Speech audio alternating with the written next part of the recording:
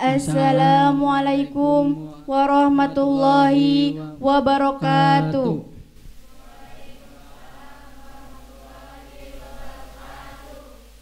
Alhamdulillahirabbil alamin. Wassalatu wassalamu ala asrofil anbiya'i wal mursalin Sayyidina Muhammadin wa ala alihi wa sahbihi ajmain.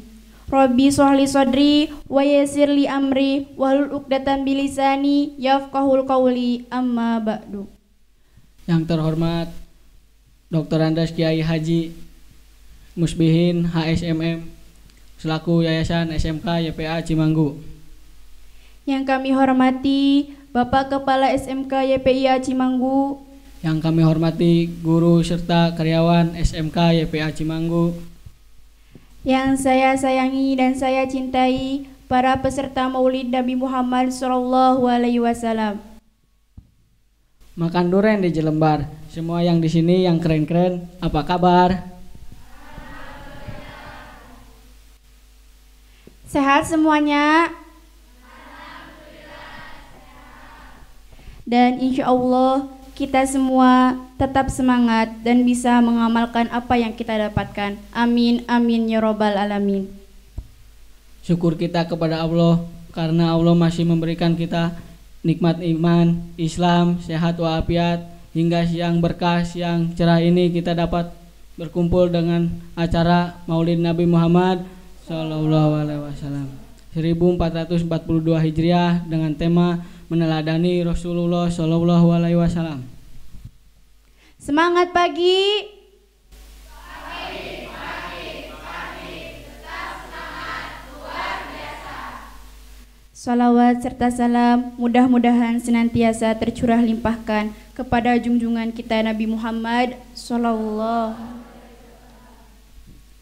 Hadirin yang dirahmati oleh Allah, sebelum kita mendengarkan tausiah dari Pak Ustadz, alangkah lebih baiknya kita mendengarkan lantunan ayat suci Al-Quran dan sholawat yang akan dibawakan oleh Ananda Nia Nuraini. Assalamualaikum warahmatullahi wabarakatuh. Waalaikumsalam warahmatullahi wabarakatuh. A'udzu billahi minasyaitonir rajim.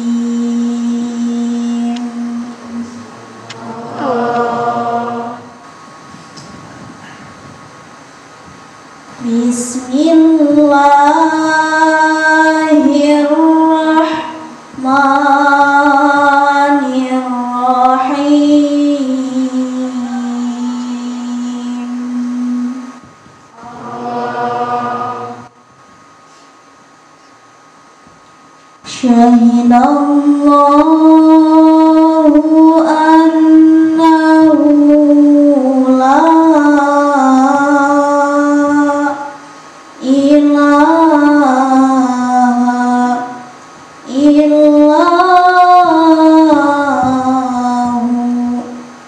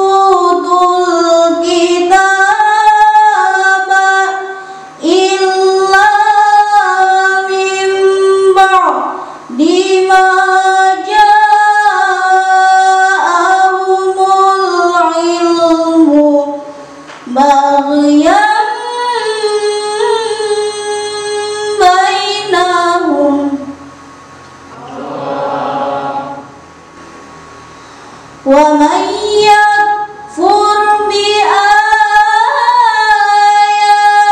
الله فإن الله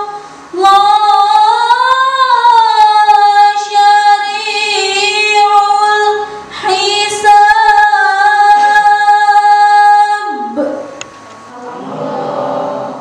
Sadaqallahul azim. Wassalamualaikum warahmatullahi wabarakatuh.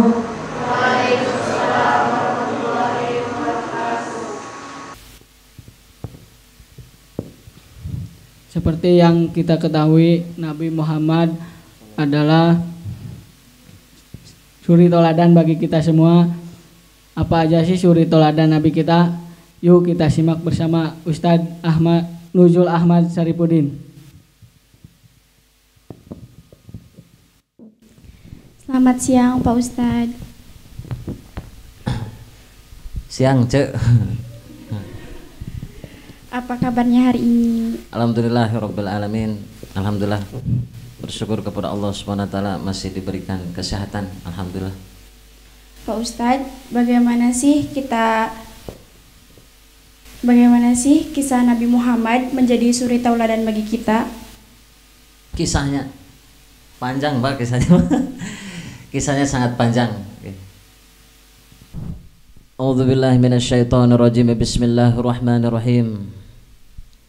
Alhamdulillahilladzi jama'ana ala hubbi sayyidina Muhammad wa ala ma yuhibbu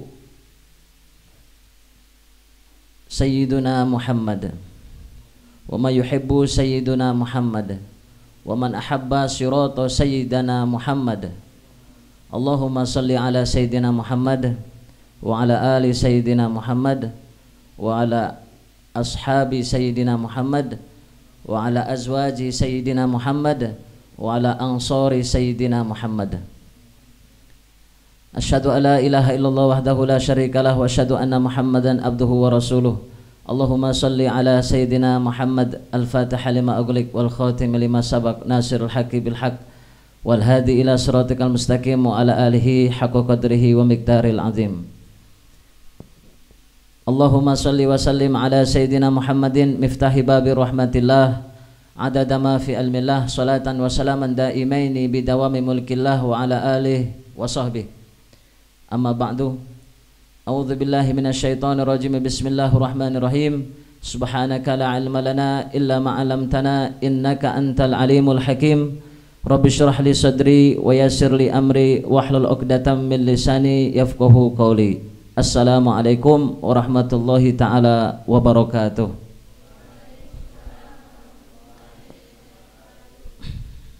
Puji syukur alhamdulillah dihaturkan kepada Allah Subhanahu wa taala yang telah memberikan kepada kita kenikmatan-kenikmatan yang kasir, kenikmatan-kenikmatan yang amat sangat banyak. Alhamdulillah oleh Allah Subhanahu wa taala kita diperkenankan untuk hadir di acara yang baik ini, acara yang mulia ini. Insyaallah dibarengi dengan niat yang mulia, insyaallah tentunya juga dibarengi dengan niat yang baik. Niat dalam rangka untuk mengagungkan Nabi Muhammad Sallallahu Alaihi Wasallam. Ekspresi kita, ekspresi kebahagiaan kita akan telah lahirnya, telah datangnya Nabi Muhammad Sallallahu Alaihi Wasallam. Sehingga alhamdulillah sampai kepada kita ajaran-ajarannya, kita dianugerahi oleh Allah Subhanahu Wa Taala kenikmatan iman Islam, sehingga dalam hati-hati kita la ilaha illallah Muhammadur Rasulullah. Hati-hati kita bersaksi tiada Tuhan selain Allah dan Nabi Muhammad sallallahu alaihi wasallam adalah utusan Allah. Alhamdulillah. Alhamdulillah kita juga dianugerahi oleh Allah Subhanahu wa taala sebagai umat Nabi Muhammad sallallahu alaihi wasallam, yang mana keutamaan dan kemuliaan umat Nabi Muhammad sallallahu alaihi wasallam ini sangat luar biasa. Diriwayatkan dalam sebuah keterangan bahwa umat yang akan pertama masuk surga nanti itu adalah umat Nabi Muhammad SAW. Jadi sebelum umat-umat masuk surga, umat-umat terdahulu, umatnya Nabi Nuh, umatnya Nabi Musa, yang paling pertama masuk surga adalah umatnya Nabi Muhammad SAW. Itu merupakan suatu kemuliaan bagi kita, suatu kehormatan bagi kita yang diberikan oleh Allah Subhanahu wa taala, kita sebagai umatnya Nabi Muhammad SAW. Dan mudah-mudahan kita berharap tentunya kepada Allah Subhanahu wa taala kita diakui menjadi umatnya Nabi Muhammad SAW dan dimasukkan kepada surganya Allah. Amin. Allahumma amin ya Allah ya rabbal alamin. Salawat serta salam tercurah limpahkan kepada yang kita agungkan, yang kita niatkan dalam acara ini.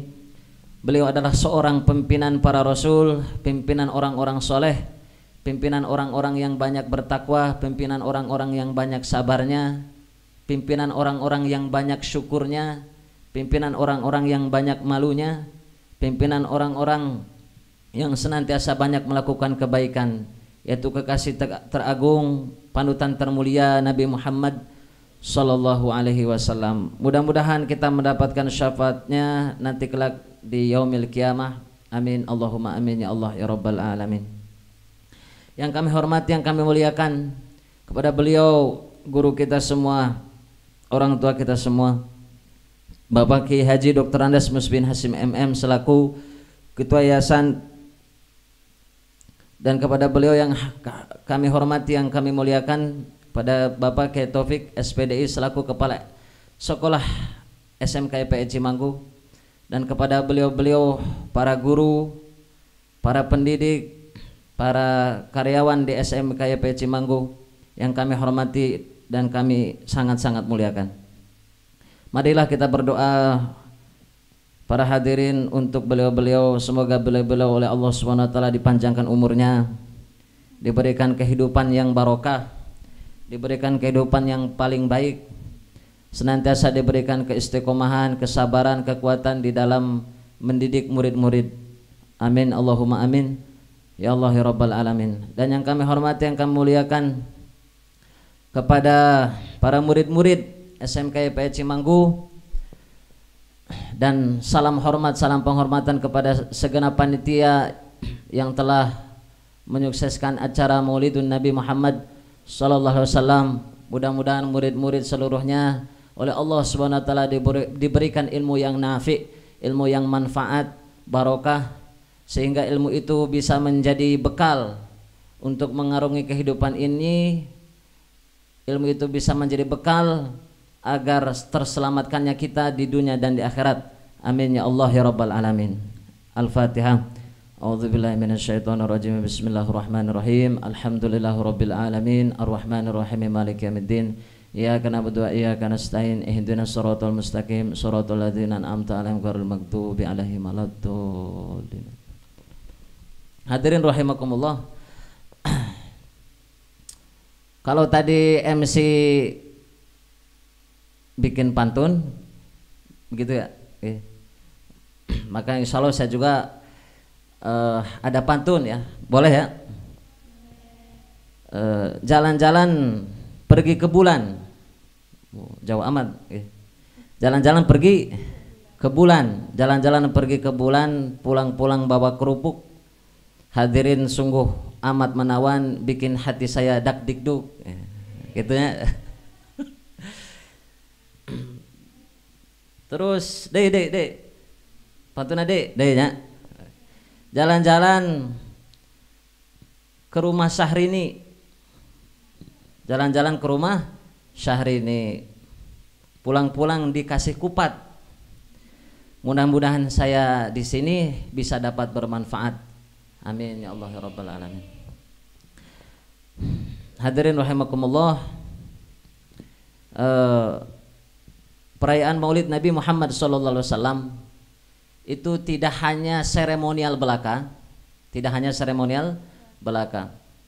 akan tetapi tidak lain dan tidak bukan tujuan dirayakannya Maulid Nabi seperti ini adalah untuk memupuk rasa cinta kita kepada Nabi Muhammad SAW, adalah untuk memupuk rasa cinta kepada Nabi Muhammad SAW.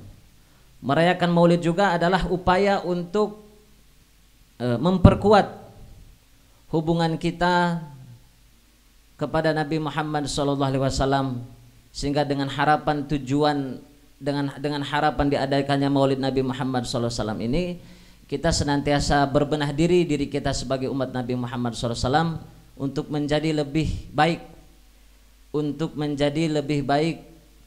menjadi seseorang yang lebih membahagiakan Nabi Muhammad SAW.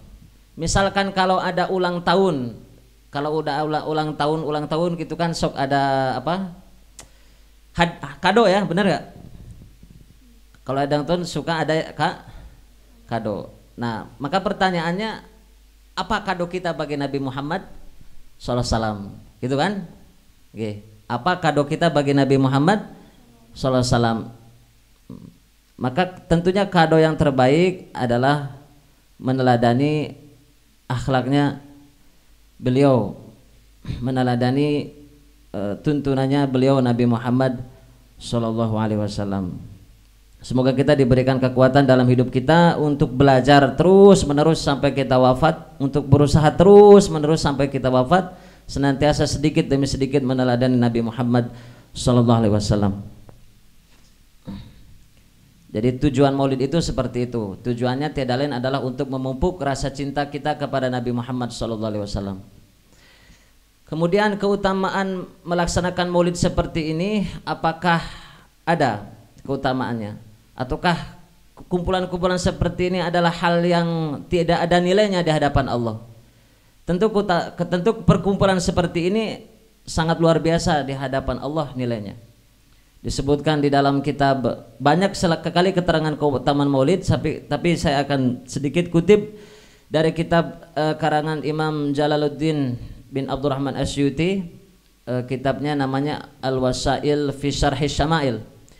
Beliau mengatakan, ma min baitin aw mahallatin aw masjidin quri'a fihi maulidun Nabi Muhammad sallallahu alaihi wasallam illa hafatil malaikah ahla dalikal makan wa amahumullahu ta'ala birrahmati waridwan.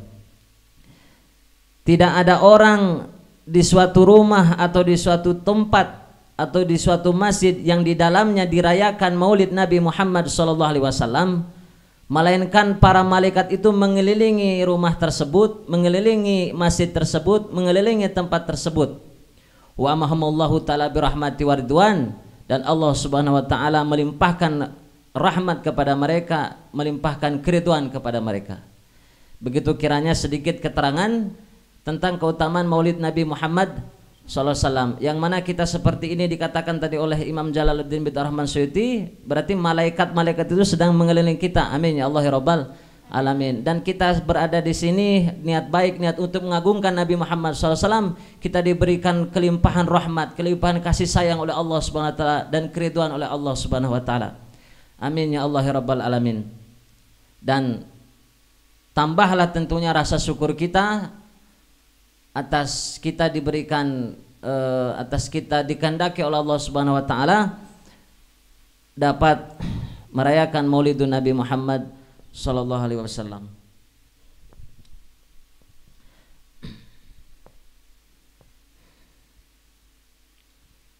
Nabi Muhammad sallallahu alaihi wasallam itu lahir tanggal berapa?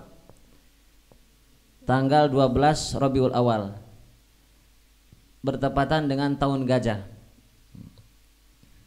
Ada sebagian orang yang mempertanyakan kenapa Nabi Muhammad SAW itu lahir pada tanggal 12 Rabiul Awal begitu ya. Maka ada jawaban dari para ulama.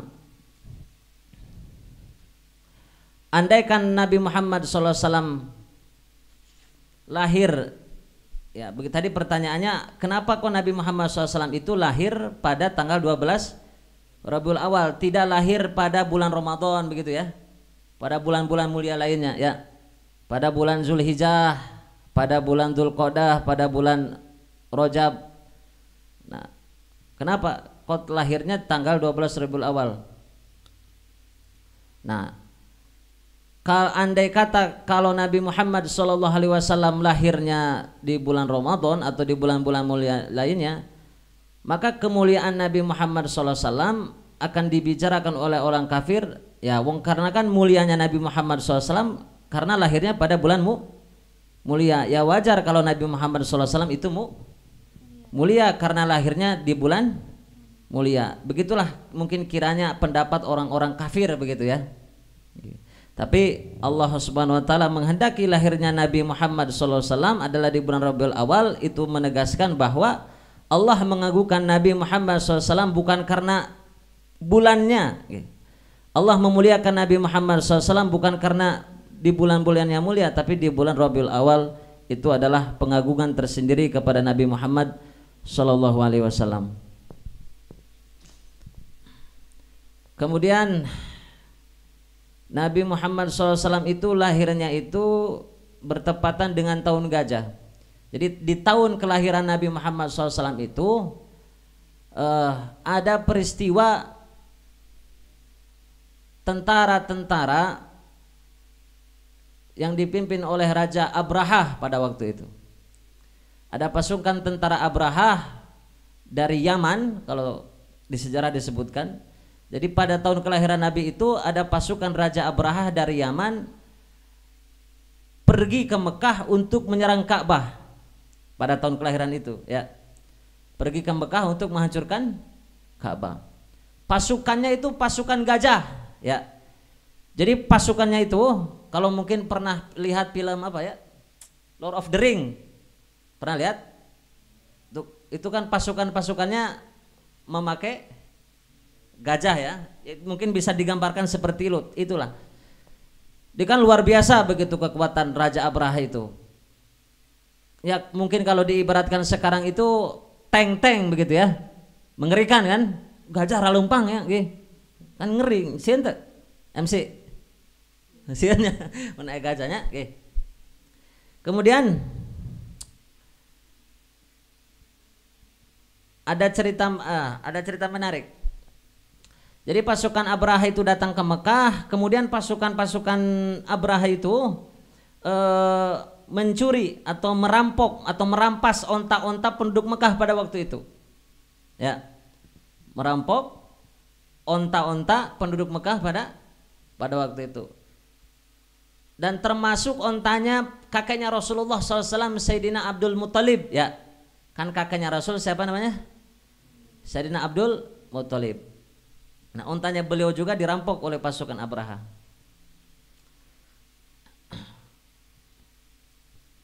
Kemudian lebih makin dekatlah itu pasukan kepada Ka'bah. Kemudian Sayyidina Abdul Muttalib datang sendiri menghadapi pasukannya Raja Abrahah. Gentle ya. Berani ya, datang sendiri menghadapi pasukannya Raja Abrahah, kakaknya Rasulullah itu.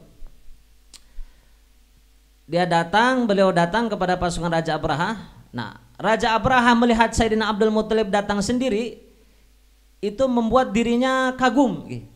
Membuat Raja Abrahah juga merasa kikuk ya. Membuat Raja Abrahah juga merasa gemetar melihat seseorang sendiri menghadapi ratusan ribu pasukan gajah. Kemudian Raja Abrahah turun dan menanyakan kepada Sayyidina Abdul Muttalib, apa hendaknya engkau datang ke sini sendirian? Kata Sayyidina Abdul Muttalib, saya datang ke sini untuk mengambil onta saya yang saya curi begitu. Kata Sayyidina Abdul Muttalib, saya datang ke sini untuk mengambil onta saya yang telah kalian curi. Kata Abrahah terkejut mendengar jawabannya.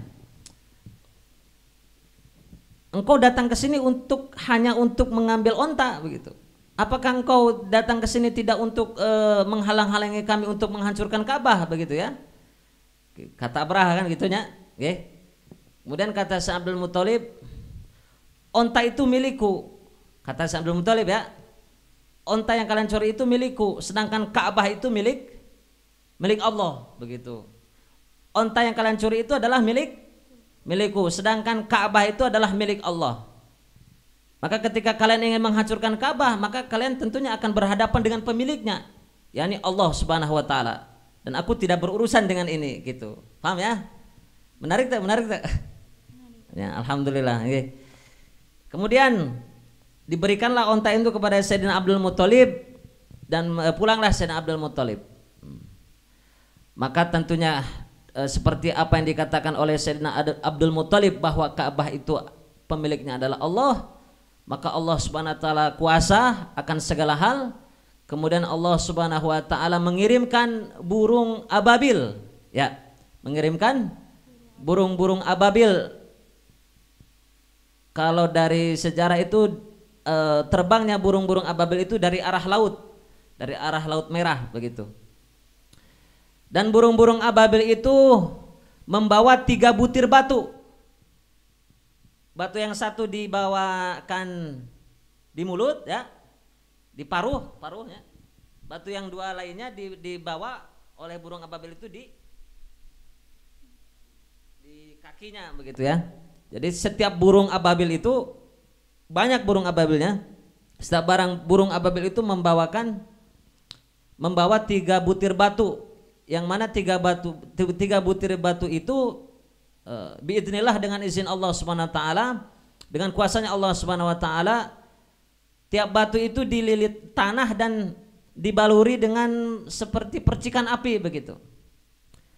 Sehingga burung ababil menghadang para tentara Abrahah yang kejam itu dan melemparkan batu itu, dan terpontang-pantinglah para pasukan Raja Abrahah, dan banyak yang mati dan kebanyakan mati. Bahkan sekali lempar itu banyak yang langsung mati, para tentara Raja Abrahah. Tapi ada cerita bahwa Raja Abrahah itu tidak langsung mati, ya. Raja Abrahanya, ya, pasukannya sih kebanyakan langsung pada mati, tapi Raja Abrahanya tidak langsung mati. Raja Abraha itu tidak langsung mati, tapi matinya Raja Abraha itu terkena radiasi dari batu-batu tersebut. Sehingga disebutkan dalam riwayat Raja Abraha itu melihat kulitnya sendiri mengelupas begitu ya. Sampai Raja Abraha itu melihat jantungnya sendiri berdetak begitu. Ya, sampai matinya Raja Abraha begitu. Begitulah keagungan Allah Subhanahu wa taala. Ya, sedikit itu jadi ada peristiwa seperti itu di dalam tahun kelahirannya Nabi Muhammad SAW. Ada kuasa Allah yang ditunjukkan begitu. Kemudian banyak peristiwa-peristiwa yang ajaib, banyak peristiwa-peristiwa yang luar biasa saat-saat menjelang kelahirannya Nabi Muhammad SAW. Banyak hal yang luar biasa seperti disebutkan di dalam kitab Nikmatul Kubro fi Nikmatul Kubro alal alam karangan Ibnu Hajar al-Haytami, dan juga disebutkan di dalam sebuah buku Happy Birthday Rasulullah begitu ya.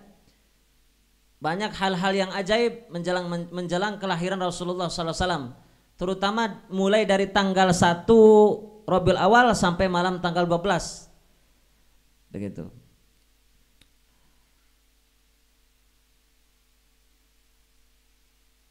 Kemudian setelah lahirnya Nabi Muhammad Sallallahu Alaihi Wasallam, oh ya, di antara salah satu keajaiban kelahirannya Nabi Muhammad SAW itu ibundanya Sayyidah Aminah radhiyallahu taala anha, amin.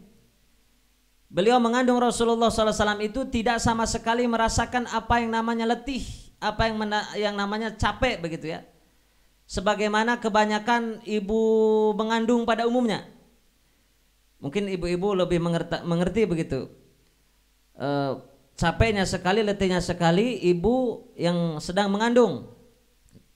Tapi Ibunda Aminah ini tidak pernah atau tidak merasakan yang namanya letih, capek begitu saat mengandung junjungan kita Nabi Muhammad Sallallahu alaihi wasallam. Kemudian setelah lahir itu Nabi Muhammad SAW, lahirnya Nabi Muhammad SAW itu diikuti oleh 4 wanita. Jadi ada 4 wanita yang mengiringi atau yang mengikuti prosesnya Nabi Muhammad SAW. Lamun cek orang tema gugunina lah gitunya, gugu bidana pada waktu harita. Ada 4 wanita yang membantu proses kelahirannya Nabi Muhammad SAW. Sallallahu alaihi wasallam. 4 wanita itu adalah Fatimah, tapi bukan Fatimah putrinya Rasulnya. Wanita yang bernama Fatimah, kemudian Suwaibah, kemudian Ummu Aiman, kemudian Syafa. Diriwayatkan lahir Nabi Muhammad SAW itu lahirnya Nabi Muhammad SAW itu dalam keadaan bersujud. Ada riwayat lain dalam keadaan cek Indonesia teh menengadah gitu ya. Menengadah ke arah langit sambil tangannya diangkat begitu. Dan Nabi Muhammad SAW itu lahir telah berkhitan, kemaluannya itu telah dihitan. Dan Nabi Muhammad SAW itu lahir dalam keadaan bercelak, celakan ya, sifat mata. Mana Nabi Muhammad SAW itu lahir baunya itu sangat wangi, sangat harum. Kemudian Nabi Muhammad SAW itu disebutkan terlihat cahaya setelah lahirnya Nabi Muhammad SAW, terlihat cahaya dari perutnya, yang mana cahayanya itu meliputi sudut-sudut di kota Mekah, bahkan sampai cahaya itu terlihat sampai kota Buhairo di Syam pada waktu itu, di Suriah, di Syria ya. Kalau sekarang Syria. Dan uniknya sejarah itu membuktikan bahwa kota atau tempat pertama yang masuk Islam di kota Syria itu adalah kota Buhairo ya. Itu adalah sebagai isyarat dulu cahaya Nabi Muhammad SAW sampai ke kota Buhairo. Dan terbukti bahwa di kemudian hari kota pertama di Syria itu yang memeluk agama Islam adalah di kota tersebut. Kemudian ngantuk. Cukup jelas sampai di sini, insyaallah ya. Kemudian setelah Nabi Muhammad SAW lahir, tentunya kan perlu disusui begitu ya. Ternyata Sayyidah Aminah radhiyallahu anha tidak mampu untuk menyusui beliau. Nah, kabar bahwa Nabi Muhammad SAW itu lahir itu terdengar oleh banyak orang, dan para hewan-hewan, para tumbuhan-tumbuhan, para batu-batuan, para malaikat di penduduk langit itu merasa gembira atas kedatangan Nabi Muhammad SAW. Dan kabar kelahirannya juga itu sampai kepada orang-orang Badui. Kalau mungkin sebut di kita itu mungkin orang-orang dusun di negeri Arab begitu ya, orang-orang Badui. Sampailah kabar Nabi Muhammad SAW lahir ke telinga Halimatus Sa'diyah ya. Dan Halimatus Sa'diyah mendengar bahwa Nabi Muhammad SAW itu lahir, ibunya tidak bisa menyusui beliau. Singkat cerita, Halimatus Sa'diyah bersama suaminya dan bersama bayi yang ia miliki pergi melaksanakan perjalanan untuk menemui bayinya Rasulullah SAW. Cukup lama itu perjalanan, dan malam-malam terakhir diceritakan, malam-malam terakhir untuk menemui Rasulullah SAW itu Halimatus Sa'diyah itu mengalami kesulitan yang sangat luar biasa. Kelaparan karena lama tidak menemui makanan dan bayinya itu terus menerus menangis begitu. Dan ontanya Halimatus Sa'diyah itu diperas itu tidak keluar susu begitu ya. Jadi pada malam-malam terakhir ingin menemui bayi Rasulullah SAW, Halimatus Sa'diyah itu mengalami malam yang paling buruk di dalam kehidupannya, kira-kira begitu ya. Kemudian melaksanakanlah perjalanan Halimatus Sa'diyah dan suaminya menemui bayinya Rasulullah SAW. Disebutkan oleh Habib Ali bin Muhammad Al-Habsyi, pengarang kitab Simtud Duror, bahwa pada waktu itu orang-orang yang ingin menyusui Rasulullah SAW itu berebutan ya. Orang-orang yang ingin menyusui Rasulullah itu rebut-rebutan. Kemudian datanglah Halimatus Sa'diyah dan akhirnya dipilihlah oleh Sayyidah Aminah Halimatus Sa'diyah ini, dan hakikatnya telah dipilih oleh Allah Subhanahu wa taala. Halimatus Sa'diyah menyusui seorang makhluk yang paling terbaik, seorang makhluk yang paling mulia, seorang penghulu langit dan bumi, yakni Nabi besar Muhammad sallallahu alaihi wasallam. Dan Halimatus Sa'diyah mendapatkan kemuliaan tersebut, menyusui seorang nabi yang paling termulia. Nah, saya tadi cerita bahwa malam-malam terakhir Halimatus Sa'diyah itu kan mengalami malam yang paling terburuk begitu ya. Nah, setelah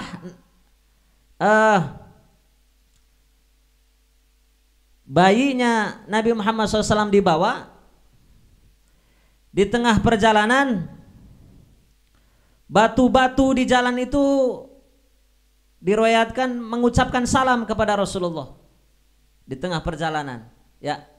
Tumbuh-tumbuhan yang dilewati di tengah perjalanan itu mengucapkan salam kepada Rasulullah SAW. Assalamualaikum ya Rasulullah, assalamualaikum ya Rasulullah begitu.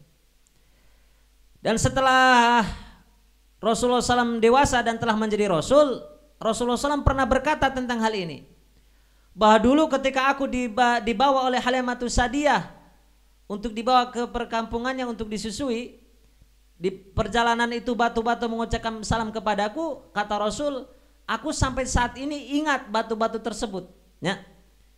Aku sampai saat ini mengingat batu-batu itu mengucapkan salam kepadaku, dan aku tahu betul batu-batu yang mana yang mengucapkan salam kepadaku begitu. Nah, maka kita berpikir Rasulullah SAW terhadap batu pun beliau ingat begitu ya. Terhadap batu pun beliau ingat. Apalah lagi kepada kita sebagai umat Nabi Muhammad Sallallahu Alaihi Wasallam yang senantiasa banyak bersolat kepada beliau, insya Allah, yang senantiasa banyak mengingat beliau, yang senantiasa terus berusaha meneladani beliau Nabi Muhammad Sallallahu Alaihi Wasallam. Maka singkatnya saya mau berkata, kita tidak usah khawatir bahwa cinta kita tidak akan dibalas begitu ya. Mungkin kalau dengan orang lain ya cinta kadang bisa tidak terbalaskan begitu ya. Tapi cinta kepada Rasulullah SAW kita tidak usah khawatir cinta kita tidak terbalaskan. Pasti akan terbalaskan oleh Rasulullah SAW. Batu-batu pun beliau ingat, apalagi kita sebagai umat Nabi Muhammad SAW. Alhamdulillah. Lanjut kepada cerita Halimatus Sa'diyah. Nah, Halimatus Sa'diyah pergi membawa Rasulullah sallallahu alaihi wasallam ke kampungnya, dan ajaibnya onta, dulu kan onta itu kan di zaman Arab itu onta kan sebagai juga bentuk sumber makanan begitu ya, susunya itu. Dan ajaibnya onta yang tadinya amat kurus dan tidak bisa diperas air susunya, setelah datangnya Nabi Muhammad SAW, onta itu keluar air susunya. Bahkan tidak hanya keluar tapi melimpah. Dan hari kemudian hari onta tersebut berkembang biak sangat banyak. Maka kata suaminya Sayyidah Halimatus Sa'diyah, suaminya berkata, wallahi demi Allah, sungguh anak ini membawa keberkahan begitu. Wallahi demi Allah, sungguh anak ini membawa keberkahan. Begitu. Itulah agungnya Rasulullah sallallahu alaihi wasallam dapat membawa keberkahan, rahmatan lil alamin. Kemudian cerita tadi mengenai 4 wanita yang mengikuti proses kelahirannya Nabi Muhammad sallallahu alaihi wasallam. Yaitu beliau Fatimah, tapi bukan Fatimah putri Rasul ya. Wanita yang bernama Fatimah. Nah, ahli sejarah sangat detail mengenai hal ini. Ahli sejarah menyebutkan 4 wanita yang mengikuti proses kelahirannya Nabi Muhammad SAW itu kehidupannya diberikan keberkahan oleh Allah Subhanahu Wa Taala. Ya. Jadi 4 wanita ini kehidupannya diberikan keberkahan oleh Allah. Fatimah, pertama Fatimah. Fatimah itu punya anak yang namanya Utsman bin Abil As. Nah, Utsman ini di kemudian hari menjadi pemimpin bagi kaumnya, menjadi pemimpin bagi sukunya. Kata Rasul pernah mengatakan kepada Utsman bin Abil As ini, "Anta imamun qaumik, engkau pemimpin bagi kaummu." Kemudian yang kedua Suwaibah ya. Suwaibah ini adalah seorang budaknya Abu Lahab ya. Tahu Abu Lahab? Salah satu pamannya Rasulullah SAW, Abu Lahab. Bahkan Abu Lahab ini diabadikan di dalam Al-Quran. Bahkan ada surat tersendiri mengenai laknatnya Allah kepada Abu Lahab. yakni surat Al-Lahab, tabbat yada Abi Lahab. Begitu, Abu Lahab. Nah, Suwaibah ini budaknya Abu Lahab. Nah, Suwaibah ini seorang budak. Dia mengikuti proses kelahirannya Rasulullah SAW. Kemudian dia pergi ke rumahnya Abu Lahab dan memberitakan bahwa keponakanmu telah lahir, wahai Abu Lahab. Maka Abu Lahab karena saking gembiranya akan kehadirannya, atas kelahirannya Nabi Muhammad SAW, saking gembiranya atas lahirnya keponakannya, akhirnya Suwaibah itu dimerdekakan oleh Abu Lahab. Dan disebutkan bahwa Abu Lahab ini, ya banyak mengatakan Abu Lahab ini memang tidak masuk Islam begitu ya. Oke.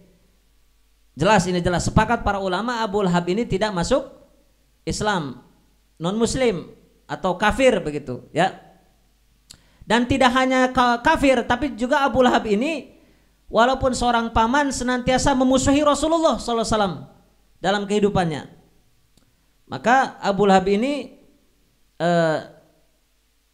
bukan kata saya, tapi kata Allah sendiri di dalam Al-Quran begitu ya, telah tersukur Abu Lahab ke dalam jurang neraka. Jadi Abu Lahab ini menjadi seorang ahli neraka. Tapi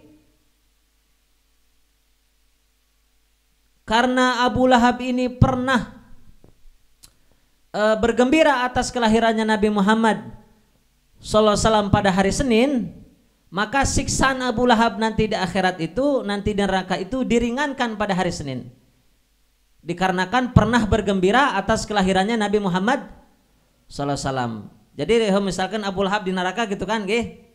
Nya disiksa engke lamun poe Senin teu disiksa. Kitunya aya dispensasi, aya keringanan dari Allah Subhanahu wa taala. Begitu Abu Lahab. Apalagi kita sebagai umat Nabi Muhammad SAW yang sering dan sepanjang tahun kita memperingati atau bergembira atas kelahirannya Nabi Muhammad SAW. Mudah-mudahan kita mendapatkan limpahan barokah rahmat dari Allah. Begitu ya. Amin ya Allah ya Rabbal alamin. Abu Lahab pun diberikan keringanan oleh Allah gitu kan. Insyaallah. Kemudian, nah jadi Fatimah memiliki anak yang menjadi pemimpin, diberikan keberkahan. Kemudian tadi Suwaibah dimerdekakan, dia yang tadinya seorang budak. Kemudian yang ketiga Ummu Aiman. Ummu Aiman ini termasuk orang yang diberikan panjang umur oleh Allah Subhanahu wa taala. Jadi disebutkan bahwa sahabat Rasulullah SAW yang paling tua ya, yang paling tua itu adalah Ummu Aiman. Jadi Ummu Aiman itu hidup yang melihat Rasulullah SAW saat lahir Sampai beliau nanti dewasa itu sampai jadi Rasulullah, Ummu Aiman masih hidup. Maka disebutkan Ummu Aiman itu sahabat yang paling tua.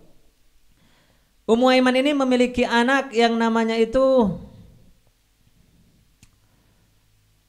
Ummu Aiman ini diberikan keberkahan oleh Allah Subhanahu wa taala menikahi seorang yang soleh. Diberikan keberkahan menikahi seorang yang soleh yang bernama Zaid bin Harisah. Zaid bin Harisah ini kalau di keilmuan Islam adalah orang yang sangat pandai bahasa Arab kuno dan sangat menguasai bahasa orang-orang Yahudi begitu.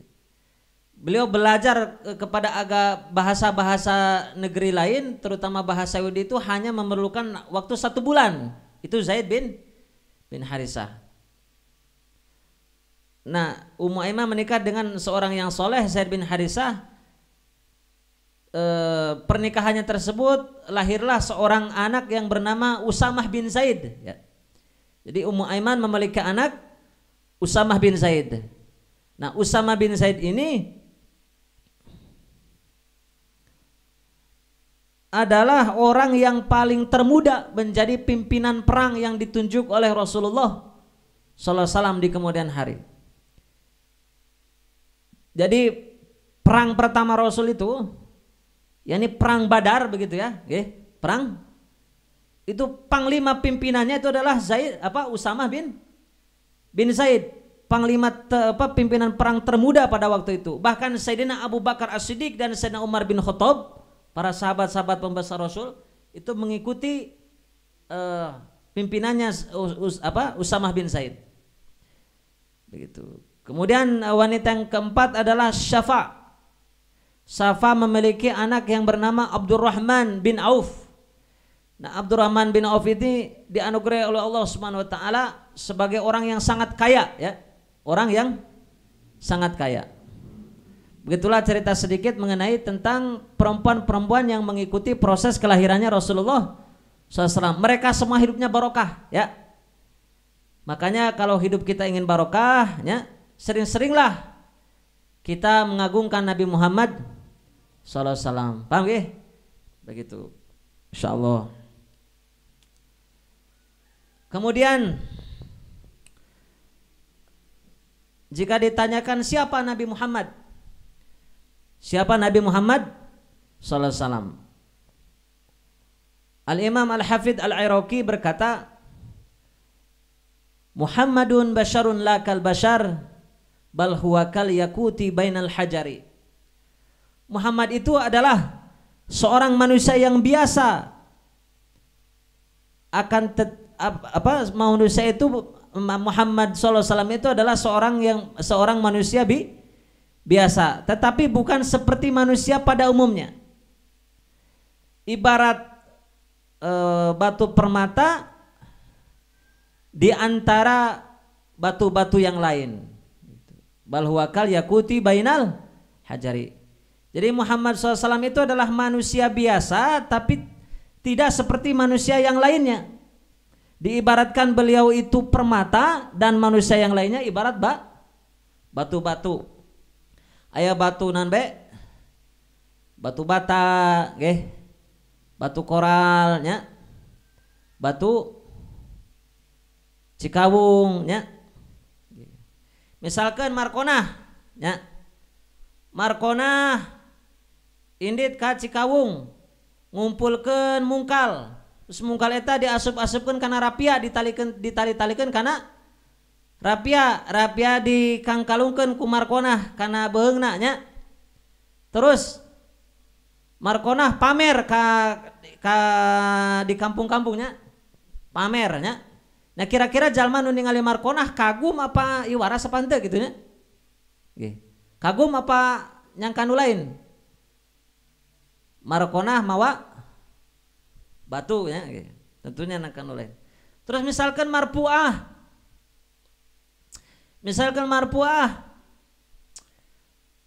mawa batu ti Cikawungnya dijual ka toko Yuheng di Cileumeuh, kira-kira payu moal marpuah ngajual eta mungkal moalnya Itu sedikit gambaran bahwa begitulah Rasulullah SAW, manusia biasa tapi tidak seperti manusia yang lainnya. Di dalam diri Rasulullah SAW terkumpul bentuk segala kemuliaan, terkumpul bentuk segala penghormatan, terkumpul bentuk segala pujian. Hadirin rahimakumullah. Kemudian dikatakan ada yang bertanya kepada Sayyidah Aisyah radhiyallahu taala anha begitu. Wahai Sayyidah Aisyah, Sayyidah Aisyah ini adalah salah satu istri Rasulullah sallallahu alaihi wasallam. Wahai Aisyah, bagaimanakah akhlak Rasulullah sallallahu alaihi wasallam? Maka Sayyidah Aisyah menjawab, akhlaknya Nabi Muhammad sallallahu alaihi wasallam kana khuluqul Quran. Akhlaknya Nabi itu adalah akhlaknya Al-Quran. Jadi bentuk segala kebaikan itu ada pada diri Nabi Muhammad sallallahu alaihi wasallam. Dan banyak pujian oleh Allah Subhanahu wa taala yang diberikan kepada Nabi Muhammad sallallahu alaihi wasallam di dalam Al-Quran. Seperti ayat wa innaka la'ala khuluqin adzim. Dan benar-benar engkau itu memiliki budi pekerti yang agung. Kata Allah kepada Nabi Muhammad, Allah memuji Allah memuji Nabi Muhammad. Ya. Kemudian ada lagi ayat wa rafa'na laka dzikrak. Kami telah meninggikan namamu. Kami telah meninggikan penyebutan namamu. Laka dzikrak. Kami telah meninggikan penyebutan namamu. Kemudian ada ayat lain yang masyhur, yakni laqad kana a'udzubillahi minasyaitonir rajim. Bismillahirrahmanirrahim. Laqad kana lakum fi rasulillahi uswatun hasanah. Benar-benar ada pada diri Rasulullah sallallahu alaihi wasallam itu adalah suri tauladan yang baik, uswatun hasanah. Jadi Allah memuji Rasulullah sallallahu alaihi wasallam bahwa dalam diri Rasulullah itu adalah memiliki suri tauladan yang baik, patut dicontoh begitu. Rasulullah SAW itu patut dicontoh oleh seluruh manusia, atas kehebatan akhlaknya, atas keindahan akhlaknya. Laqad kana lakum fi rasulillahi uswatun hasanah. Ayat tersebut salah satunya bermakna pujian bagi Rasul. Dan makna yang lainnya ayat tersebut adalah memerintahkan kepada kita bahwa tidak ada yang lain yang pantas kita ikuti, yang pantas kita tauladani, yang pantas kita follower Instagramnya, yang pantas kita follow adalah yakni Nabi Muhammad sallallahu alaihi wasallam. Jadi idola kita atau panutan kita bukan K-pop ya. Bukan Lee Jong Un ya. Bukan Syahrini ya. Bukan Sade artis.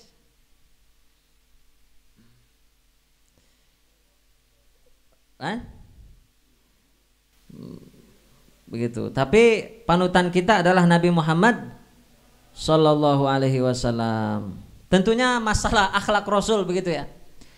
Akhlak Rasul itu kalau kita jelaskan, kalau kita tuliskan, maka andai kata pepohonan di dunia ini menjadi pena dan lautan menjadi tintanya untuk menuliskan, untuk menyebutkan akhlaknya Rasulullah sallallahu alaihi wasallam, maka tintanya, lautannya habis, pohonnya habis, akhlaknya Rasul belum masih sempurna untuk ditulis. Karena saking hebatnya akhlak Rasulullah sallallahu alaihi wasallam. Andai kata pohon di dunia untuk menuliskan akhlak beliau dan lautan jadi tintanya, maka tidak akan mampu untuk menuliskan, mengejawantahkan akhlaknya Rasulullah sallallahu alaihi wasallam. Karena Rasulullah ini akhlaknya seperti Al-Quran, akhlaknya seperti Al-Quran. Jadi singkat ceritanya, kalau Rasul itu seorang hamba Allah yang paling terbaik penghambaan kepada Allah, ya. Rasul itu menjadi seorang tetangga yang paling baik kepada tetangganya. Rasulullah menjadi seorang sahabat yang paling baik kepada sahabatnya.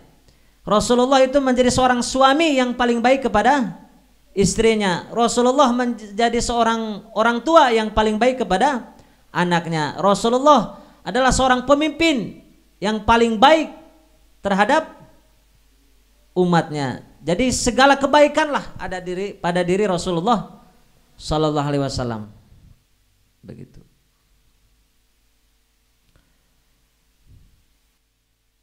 Mudah-mudahan kita senantiasa bisa belajar meneladani akhlaknya Rasulullah Sallallahu Alaihi Wasallam. Cukup sekian? Apa lanjut? Cukup lah.